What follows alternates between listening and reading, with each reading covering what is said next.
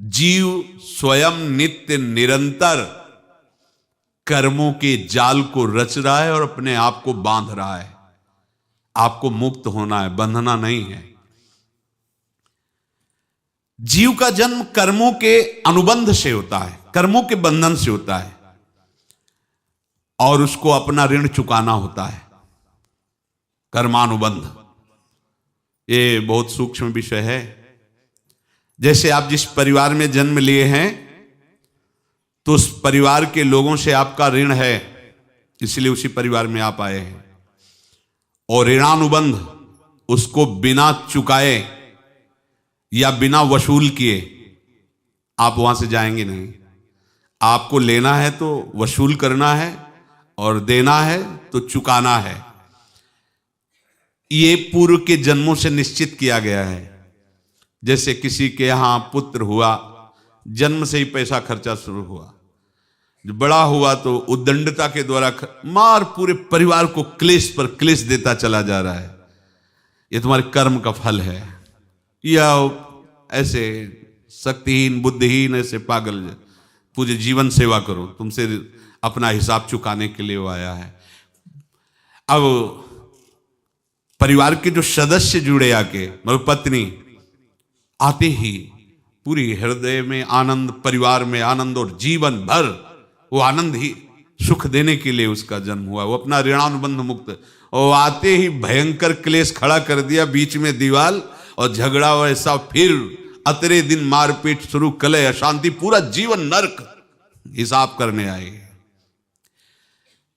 यहां ऋण चुकाए बिना कोई जा नहीं सकता, ऋण चुकाना पड़ेगा।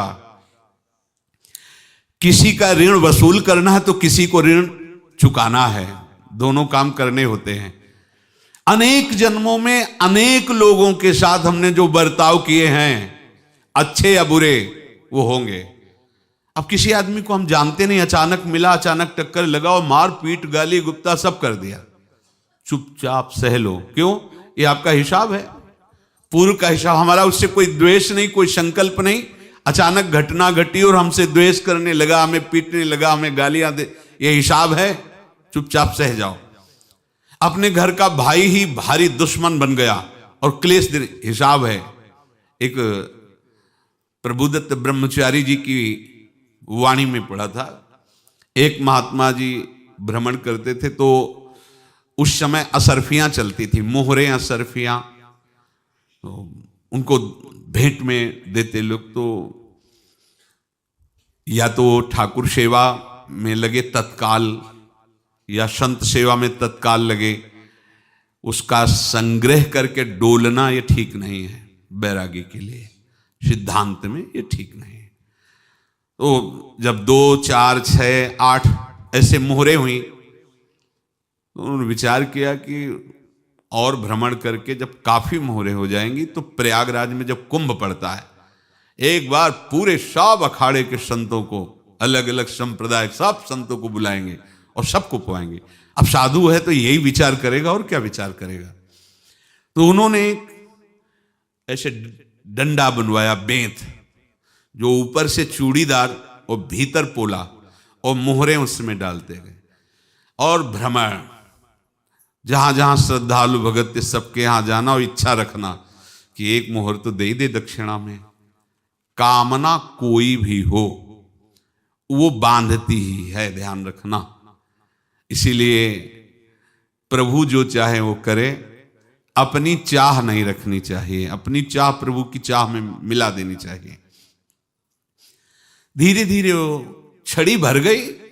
भ्रमण करने वाले महात्मा चूड़ी लगाई, इंतजार करते रहे। जब प्रयाग का कुंभ पड़ा तो चले। तो रास्ते में एक गांव में पूछा जाता है, जैसे कहीं रुको कि कोई श्रद्धालु ऐसा है जो संत सेवी है। तो कुछ लोगों ने बताया, हाँ एक परिवार है बहुत संत सेवी है और आपको मिलाते हैं उनसे। आइए महाराज, घर में रुका, खूब अच्छा हलवा पूड़ी पवाया, और जो घर के मालिक थे चरण दबाए। चरण दबाते दबाते उनकी दृष्टि पड़ी उस डंडे पे, इतना मोटा और ऊपर से कुछ चूड़ी सी भी नजर आ रही। इस डंडे में तो कोई रहस्य है ही है। अब महात्मा जी को खवा पिला के सुला दिया। महात्मा जी जब सो गए तो पत्नी से धीरे से कहा, वो डंडा लाओ बाबा जी का। डंडा, वो चूड़ीदार जो ही खोला पलटाया तो सैकड़ों मोहरे। ऐसे संत रोज पधारे भगवान, तुम आनंद हो जाए फिर क्या। पत्नी से कहा, नाप के कंकड़ लाओ। वो तो महात्मा जी तो खाए खीर पूड़ी, आराम से सो रहे। रात में पूरी प्लानिंग करके उसमें कंकड़ भर के चूड़ी लगाकर सिराने रख दिया, सारी मोहरें हटा ली। महात्मा जी आराम से छड़ी उठाए तो वजन पक्का। वैसे बड़े लोग चतुर होते हैं, पर ये नहीं जानते कि कर्म कितना भयानक होता है। और उनकी कोई संतान नहीं थी, पर धन में इतना प्रेम उनको था। बहुत सावधान। साधु महात्माओं के पास जो अर्थ है, गृहस्थी अगर आता वहीं से है, पर अगर उसको जोर जबरदस्ती या किसी छल कपट से, तो वो उसका विनाश ही करता है। आज तक का प्रमाण है।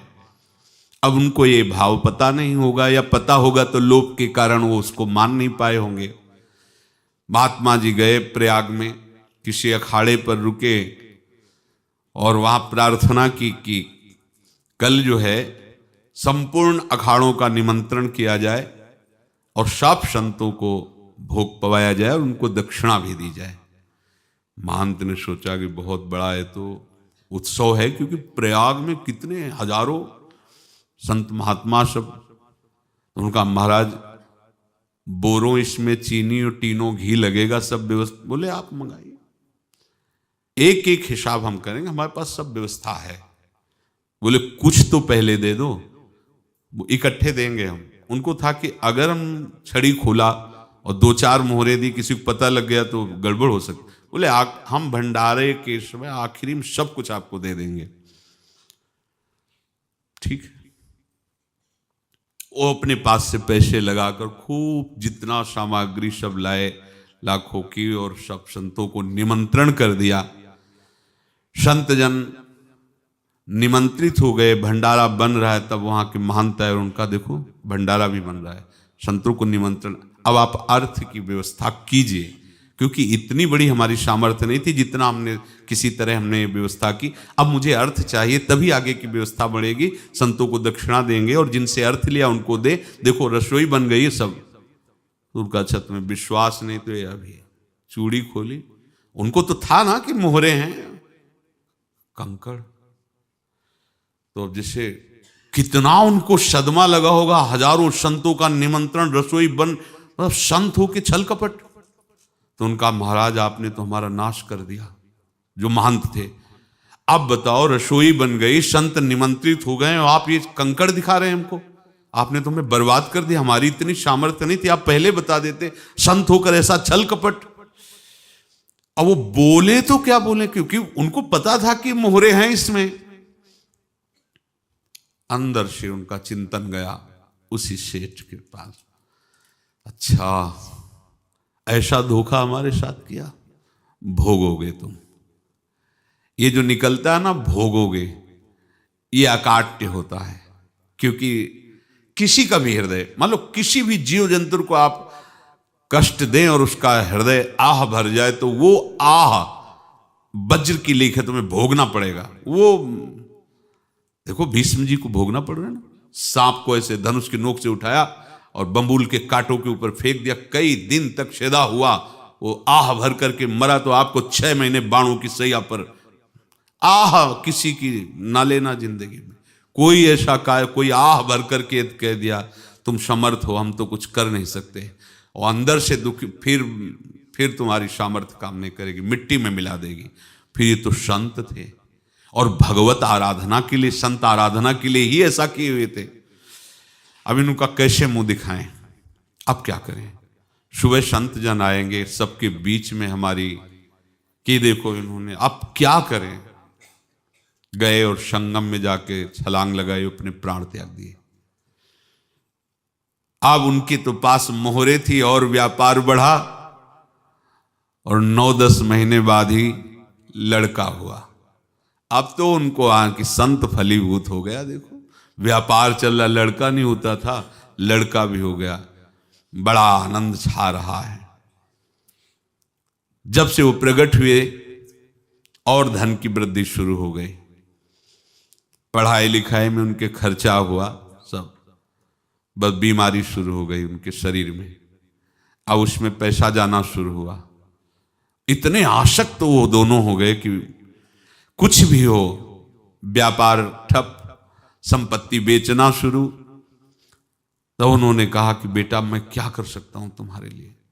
बोले हमारी अंतिम इच्छा है प्रयाग चलो, और जितने प्रयाग में संत महात्मा सबको एक बार भंडारा करवाओ, हमारी इच्छा अंतिम है, क्योंकि अंतिम यही इच्छा थी। तो बोले अब ज्यादा संपत्ति तो नहीं रह गई, तो बोले घर बेच दो, मेरे लिए ही तो है, बेच दो, मुझे लगता मैं बचूंगा नहीं, पर मेरी अंतिम इच्छा पूर्ण कर दो। घर बेच दिया, जेवर बेच दी, वहां गए, जब संत सेवा की तो बोले मुझे संगम तक ले चलो।